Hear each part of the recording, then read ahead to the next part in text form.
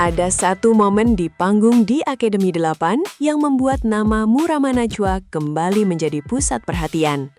Bukan sekedar karena ia tampil di hadapan para juri, tetapi karena penampilannya berhasil menghadirkan sesuatu yang membuat 3 juri berdiri memberikan standing ovation. Murama membawakan lagu Pestamu Dukaku, dan penampilannya mendapatkan 3 SO dari Dewi Persik, Lesti, dan Soimah. Peristiwa ini menjadi salah satu momen penting dalam perjalanan Murama di DA8. Yang menarik, respons tersebut tidak hanya berhenti pada aksi berdiri dari para juri. Setelah penampilan selesai, Murama juga mendapatkan sejumlah apresiasi terhadap warna suaranya, cengkok, kontrol nada, hingga kemampuan melakukan improvisasi. Dengan demikian, sorotan terhadap Murama memiliki dasar yang dapat ditelusuri dari penampilan dan komentar juri. Namun, justru setelah 3 kursi juri berdiri, muncul pertanyaan yang jauh lebih besar. Apakah Murama memang sedang menunjukkan kualitas yang membuatnya layak diperhitungkan? Atau perhatian besar itu akan kembali memunculkan anggapan bahwa dirinya mendapat perlakuan khusus? Yang membuat penampilan Murama semakin menarik bukan hanya hasil akhirnya, tetapi bagaimana juri menjelaskan alasan mereka memberikan apresiasi. Soimah secara khusus menyoroti warna suara Murama yang lembut, cengkok yang enak, serta kemampuan mengontrol nada. Bahkan ketika Murama diminta mengulang bagian tertentu tanpa terlebih dahulu mendapatkan panduan musik, ia dinilai mampu langsung menemukan nada dengan tepat. Dalam kompetisi bernyanyi, kemampuan seperti ini memiliki dampak langsung terhadap penampilan. Ketepatan nada membuat melodi tetap terjaga, kontrol vokal membantu penyanyi melewati bagian sulit, sementara improvisasi dapat memberikan identitas tersendiri pada sebuah lagu. Dan Murama tampaknya memiliki kombinasi tersebut. Tetapi ada satu hal yang lebih menarik. Menurut Coach Vildan, sejumlah improvisasi yang dibawakan Murama bukan sekadar arahan yang diberikan kepadanya, melainkan hasil kreativitasnya sendiri. Artinya, sorotan terhadap Murama tidak hanya berasal dari aksi dramatis di atas panggung. Ada kemampuan musikal yang memang mendapat perhatian langsung dari orang-orang yang menilainya. Namun, standing ovation bukanlah garis akhir. Justru setelah 3 juri berdiri, tekanan terhadap Murama dapat menjadi lebih besar.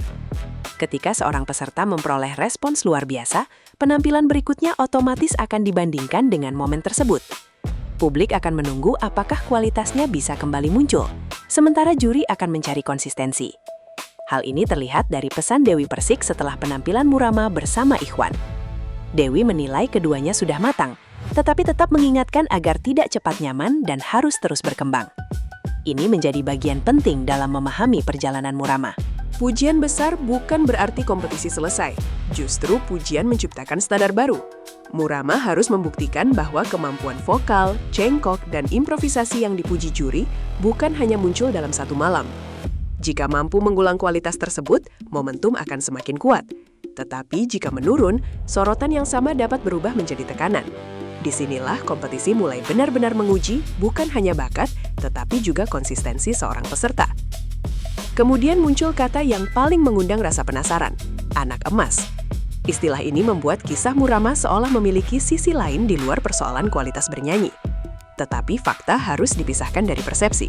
Sampai informasi yang dapat diverifikasi, Murama memang memperoleh 3 standing ovation dan mendapat pujian dari para juri. Namun belum ada bukti resmi yang menunjukkan bahwa Indosiar menetapkan Murama sebagai anak emas atau memberikan perlakuan khusus kepadanya. Karena itu, istilah tersebut tidak boleh diperlakukan sebagai fakta. Ia lebih tepat menjadi sebuah pertanyaan yang muncul karena besarnya perhatian terhadap Murama. Apakah respons juri semata-mata karena kualitas penampilannya, atau publik melihat sesuatu yang lebih besar dari itu? Untuk saat ini, bukti yang paling kuat tetap berada di atas panggung. Murama mendapatkan SO karena performanya dinilai oleh para juri. Selebihnya masih menjadi persepsi. Dan semakin jauh perjalanan DA8 berjalan, semakin mudah publik membandingkan apakah perlakuan terhadap Murama benar-benar berbeda atau sebenarnya sama dengan peserta lain. Jika 1 standing ovation saja sudah cukup membuat penonton bereaksi, 3 standing ovation tentu memiliki bobot yang berbeda. Tetapi Murama ternyata tidak berhenti pada satu momen. Dalam penampilan duet bersama Ikhwan membawakan Jalan Datar di Top 42 DA8, keduanya kembali memperoleh 3 standing ovation dari Soimah, Dewi Persik, dan Lesti. Ini membuat cerita Murama semakin menarik karena respons positif tersebut muncul kembali dalam format penampilan yang berbeda. Kali ini bukan solo, melainkan duet yang menuntut kemampuan beradaptasi dengan pasangan. Soima menilai Murama memiliki warna suara lembut, cengkok yang enak, serta kontrol nada yang baik. Sementara Vildan menilai Murama termasuk peserta yang cerdas dalam menciptakan improvisasi sendiri. Dua momen tersebut memberikan gambaran bahwa perhatian terhadap Murama tidak hanya muncul dari satu jenis penampilan. Tetapi sekali lagi, pujian tidak otomatis berarti jaminan kemenangan. DA8 tetap merupakan kompetisi, dan setiap peserta masih harus melewati ujian berikutnya. Disinilah narasi anak emas mulai menghadapi ujian logika. Jika seorang peserta mendapatkan pujian, apakah itu otomatis berarti ia diistimewakan? Tentu tidak. Dalam sebuah kompetisi, juri memang bertugas memberikan penilaian berdasarkan penampilan peserta. Dalam kasus Murama, komentar yang muncul justru cukup spesifik. Soima menyoroti kualitas vokal dan kontrol nada, sementara Vildan berbicara mengenai kemampuan Murama dalam menciptakan improvisasi. Bahkan Dewi Persik menekankan pentingnya konsistensi dan perkembangan, bukan sekedar menikmati keberhasilan satu penampilan. Jadi, fakta yang terlihat justru menunjukkan adanya tuntutan untuk terus berkembang. Anggapan tentang anak emas masih belum memiliki konfirmasi resmi. Bisa saja sebagian penonton menganggap sorotan tersebut terlalu besar. Bisa juga karena kualitas penampilan Murama memang membuatnya lebih sering dibicarakan. Dua kemungkinan itu tidak boleh dicampur adukan. Yang bisa dipastikan hanyalah apa yang terjadi di panggung dan apa yang disampaikan oleh para juri. Ada satu detail yang membuat perjalanan Murama semakin menarik. Ia tidak hanya dipuji karena suaranya, tetapi juga karena keberaniannya dalam melakukan improvisasi. Dalam musik dangdut, improvisasi dapat mengubah cara sebuah lagu terdengar. Ketika dilakukan dengan tepat, improvisasi memberi karakter dan membuat penampilan tidak terasa datar. Namun, improvisasi juga membutuhkan kontrol agar tidak keluar dari jalur lagu. Menurut Vildan, Murama mampu menciptakan sejumlah improvisasi sendiri, baik ketika tampil solo maupun duet. Sementara Soima menilai kontrol nada dan cengkok Murama menjadi salah satu kekuatannya.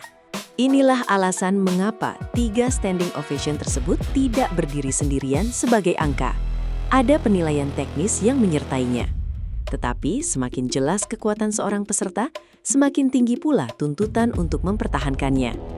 Murama sekarang tidak hanya harus membuat penonton terkesan, ia harus menunjukkan bahwa kualitas tersebut bisa menjadi identitas yang konsisten sepanjang kompetisi. Perjalanan Murama kemudian memasuki tahap yang jauh lebih serius. Setelah tampil di top 42, namanya tercatat sebagai salah satu peserta yang lolos dari grup 2, bersama Ikhwan, Kadafi, Hinan, Niswah, dan Tazir. Artinya, momen tugas standing ovation bukan hanya menghasilkan tepuk tangan, tetapi juga hadir dalam konteks kompetisi yang memiliki konsekuensi nyata. Setiap peserta harus terus mempertahankan posisinya.